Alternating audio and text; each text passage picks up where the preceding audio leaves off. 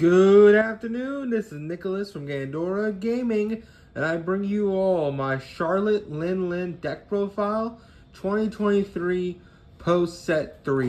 And yeah, this archetype is absolutely insane for the One Piece. It's the newest color introduced. If you don't know, One Piece is a really cool card game based around the color leaders. Yellow is the newest color we just got into set 3. I think it's the last color we're getting, unless they decide to make a new color. Right now it's yellow, black, blue, purple, green, and red. They could definitely make more colors, but for now, these are it, and yellow is the final color. And Charlotte Lin is probably the perfect example that embodies the yellow, what's it called? Mechanic. If you don't know, each color comes with its own mechanic. Red is rush, so basically there's summoning sickness in this game, and a lot of red cards have the ability to rush. Thus, it's a very aggro-based deck. Green is very mid-range, where a lot of the cards get to like attack twice or do things like that. It's a very like attack twice archetype. It kind of like puts some. It's aggro, but it's also like control-y. Blue is very defensive. It's a very blocker-heavy archetype, and there's a lot of defensive decks in blue. You would definitely run into like the more slower game-playing decks, Doflamingos and your Namis and things like that. Purple is ramp. Basically, their whole gimmick is that they want to ramp up Dawn as quick as possible to create big boss monsters.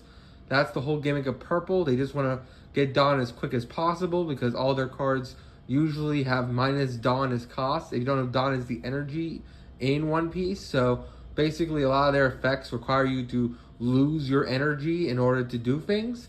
Thus, they like to ramp their cards up. Thus, it's a game of getting a lot of Dawn, losing a lot of Dawn, and then summoning out big-ass monsters.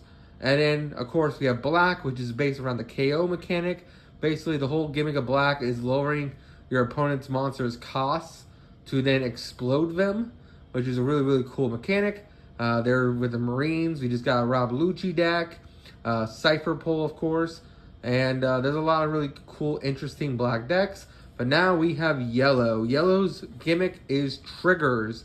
The whole point of yellow is that basically the mechanic of One Piece is that one of the core mechanics is that monsters in your life, or like spells in your life, have this mechanic. Let me just pull up a card real quick. They'll have this right here, trigger. You may trash one card from your hand, play this card. A lot of yellow cards have that mechanic where they give you benefits if they're hit by a life. And this deck is no exception. Charlotte Lin, who's the leader, is a 5 life, 5,000 attack leader who basically says 2 Dawn when attacking.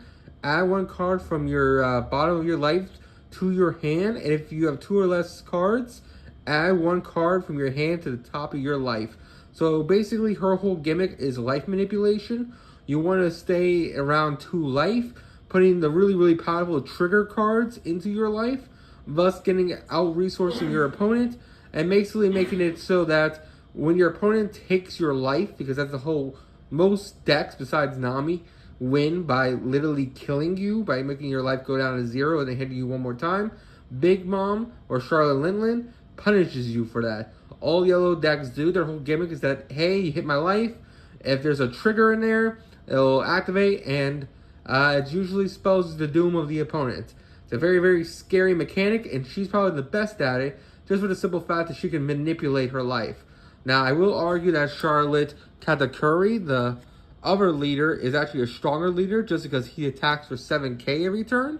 But I do feel like Charlotte Lin overall is just the best representation of yellow as a whole. And that's why we're making a video on her, just because she explains the whole trigger mechanic best. And a lot of my community doesn't like One Piece, or at least never really got a chance to get into this game. And since set 3 as it came out, and this is probably one of the best sets in One Piece's history, I feel like it's a great way to get people into the game is explaining the new mechanics and explaining why this game is amazing. So let's just go straight into this. So of course, this is our leader. She has 5 life. To kill a leader, you gotta make their life go down to 0. and then hit him one more time. When you play One Piece, you shuffle your decks, and then you get a hand, and then cards in your deck go into your life. So when you take a life, you add a card to your hand, which is really, really cool. So in Yu-Gi-Oh, you just take life points. Nothing really happens unless there's like some battle phase effect going on. But in One Piece, when you lose a life, you add a card to your hand. So let's just say this is your life, right? You get 5 life, depending on your leader, or 4 or 6, depending on what your leader is. Let's say you take a life, bam, you get a character. If they have trigger, or let's say if the spell or monster has trigger in their text, you basically get to use that effect if you want to. Monsters usually have the effect to summon themselves, spells and traps do other things, either like blow up a card or give you life or things like that. Very, very powerful mechanics, and overall just really, really insane. So that's really Yellow's whole mechanic, and let's divulge into that. So Yellow's whole deck is, like I said, life manipulation. Their best boss monster, Big Mom, is a 10k, 12,000 attack, and basically, on play, you get to add a life to your deck and minus a life from your opponent. It's a very, very powerful mechanic.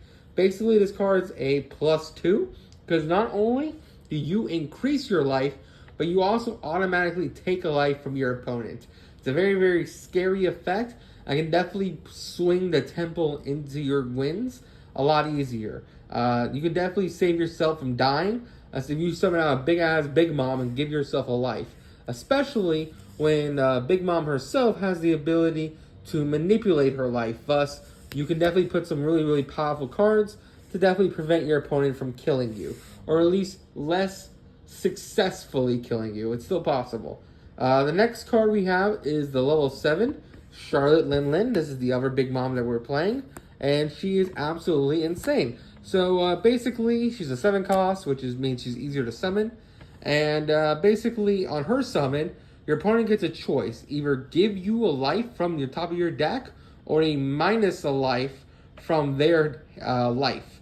So basically, it's a plus no matter what you do. Your opponent either loses a life, which helps you kill them a lot quicker, or they give you a life, thus giving you more chances to summon out more resources. Because your life in One Piece is basically your resource. Like, I know how in Yu-Gi-Oh! Your graveyards are a resource. Well, in One Piece, your life is a resource. And no deck, or at least no type in One Piece, better exemplifies this than Yellow. Because Yellow manipulates their life. Thus, they can use their life better than any other deck can. And the fact that this card can give you another life to manipulate is absolutely insane. It just helps you manipulate your resources very, very powerfully. And the card art is also amazing. Also, for a 7 drop that's 8,000 attack, that's absolutely insane. And again, she's 12,000 attack. So that's probably the strongest attack in the game. So like 12,000 is usually the cap. There's like some random like gimmicky cards that like go up to 79,000 or something like that. But 12,000 is usually the max attack of all monsters. So she is at max level. She is a threat. When you summon out a Charlotte Lin Lin, you are pushing. Your opponent must have an answer to this card or must kill you that turn, because she will snowball advantage like nobody's business. Same thing goes for the other one, but she really does snowball the game into your favor. Next, we're playing Charlotte Katakuri. Charlotte Katakuri is an amazing card. Basically, on play, look at the top of your life. Either place it on the bottom or the top. And then she also has the effect where if your life is lower than your opponent, he gains rush. So basically, he has the ability just to swing at your opponent and ultimately just hurt you really bad. He's a 4k 6,000. So he already threatens most leaders without having to put a Dawn on him, which is kind of insane. And Big Mom wants to be at low life. So having a lower life than your opponent punishes your opponent. When your opponent hits you, your opponent's hurting themselves. This is the only deck, at least not the only deck, but it's the only color that punishes your opponent for like swinging at life, which is pretty insane. Now we have Charlotte Cracker, which is probably one of the other most insane cards in his deck. He has, of course, the trigger words. So if he is in your life and your opponent hits him, Basically, you have the ability to discard one card, special summon him for free. It's a very, very insane summon. He has 1,000 counter. He's our first counter card. In One Piece, there's gimmicks called counters. Basically, it's this like little thing right here. They go up to 1,000 and 2,000. So basically, during a battle phase, they're kind of like battle faders. During a battle, if your opponent attacks either your leader or a character, you can discard a card with a counter to give it plus 1,000, which is pretty cool. But his effect is what really matters, besides him being a trigger and having 1,000 counter. He has the ability, if your life is lower than your opponent, put 1 Dawn on him, and basically he does double attack, which is an insane effect. So basically, double attack is when if his attack connects with your opponent's life, instead of losing just 1 card, they lose 2 cards in their life, which is absolutely insane. So this deck definitely puts the pressure on. If you summon out if your opponent hits your life, you summon a Cracker and they already use all their resources so they can't get rid of him, you will have 1 less life than your opponent. You can literally put like 7 Dawn on this guy. They can't stop him unless they have a blocker. And you can literally just make him lose life very quickly. This card definitely puts the pressure on your opponent. It can definitely swing games into your favor. A very, very powerful card. We're also playing 4, my bad, Charlotte Perospero. Perospero is another great card. He doesn't have 1,000 counter, which sucks, but he is a 5,000 3 cost. And on KO, my apologies, basically you get to look at the top 5 cards of your deck, add 1 basically Big Mom card from your deck to hand, and also if he's in your life and you trigger him, you can special summon him by discarding a card, which is absolutely insane. We're also playing 4 Charlotte Blu-ray. Blu-ray is just a blocker. I hate her 3 costs, but that doesn't matter. The idea is that you can just put her into your life with Big Mom's effect. And basically, when you take a life trigger, you can just summon her from your life, and then she is a free blocker for you. So your opponent's trying to push her game, you can just say, hell no, and now you just have a blocker they have to deal with, which is pretty insane. Other cards that help punish our opponent, we're also playing Prometheus and Zeus. So I'll explain them real quick. A lot of people aren't playing these cards. I really like them.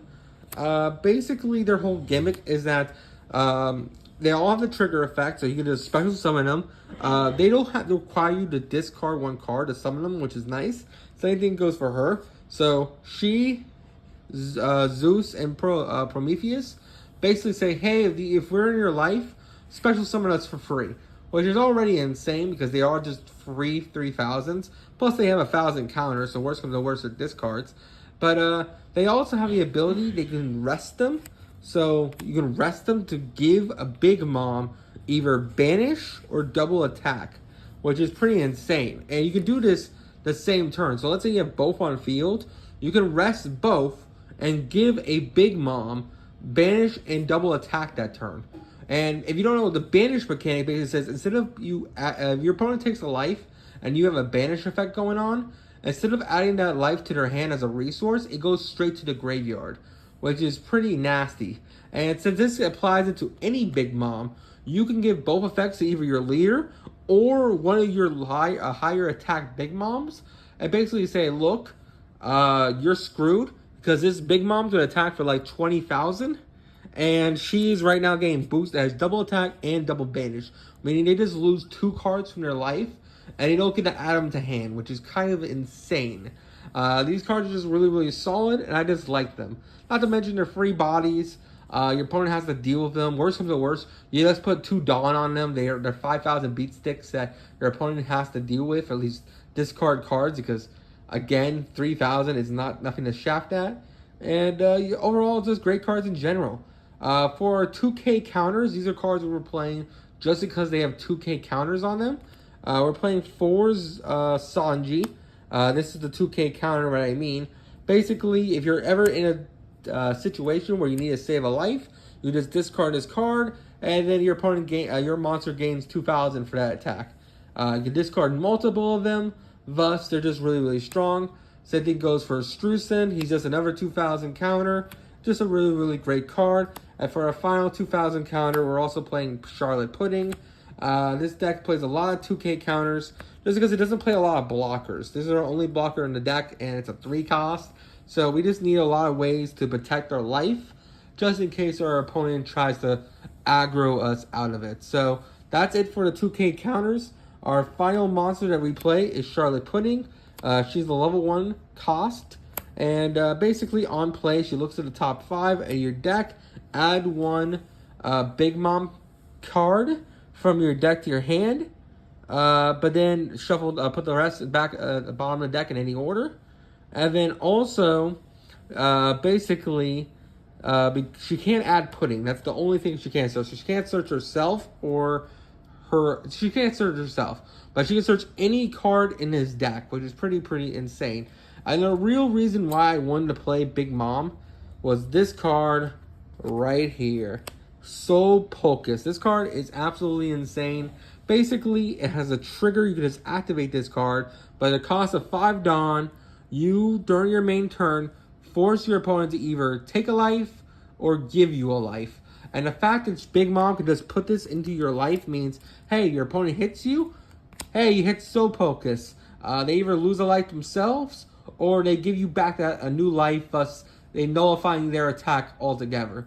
This card gets you out of so many games, it's ridiculous. A lot of times they're trying to push for game, but you put Soul Pocus in your life, and they hit you, and they're forced to either give you a life or take one, and they know if they can't kill you, you'll be killing them on that next turn. So Soul Pocus is just an amazing card, and overall, just a scary card in general. It helps you push for game very easily, and yeah, you do not want to be on the other end of a Soul Pocus.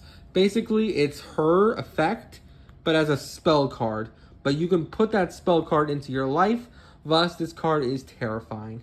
Anyway, I hope you all enjoy. This is my deck profile. If you have any other ratios you want to play, tell me in the comments below. But I think this is just my ratios. I really like it. But tell me in the future. If you like One Piece, like and subscribe. If you are more of a Yu-Gi-Oh fan, hey, thank you for checking out this video. And I'm still doing Yu-Gi-Oh! I still love Yu-Gi-Oh! As you can see, I have plenty of Yu-Gi-Oh! But I just wanted to focus on One Piece since Set 3 is out. And I kind of took a hiatus from this game. I kind of want to get back into it. So that's basically what I'm doing. So I hope you all enjoy. Don't do anything stupid. I'll see you all in the next one. Bye-bye.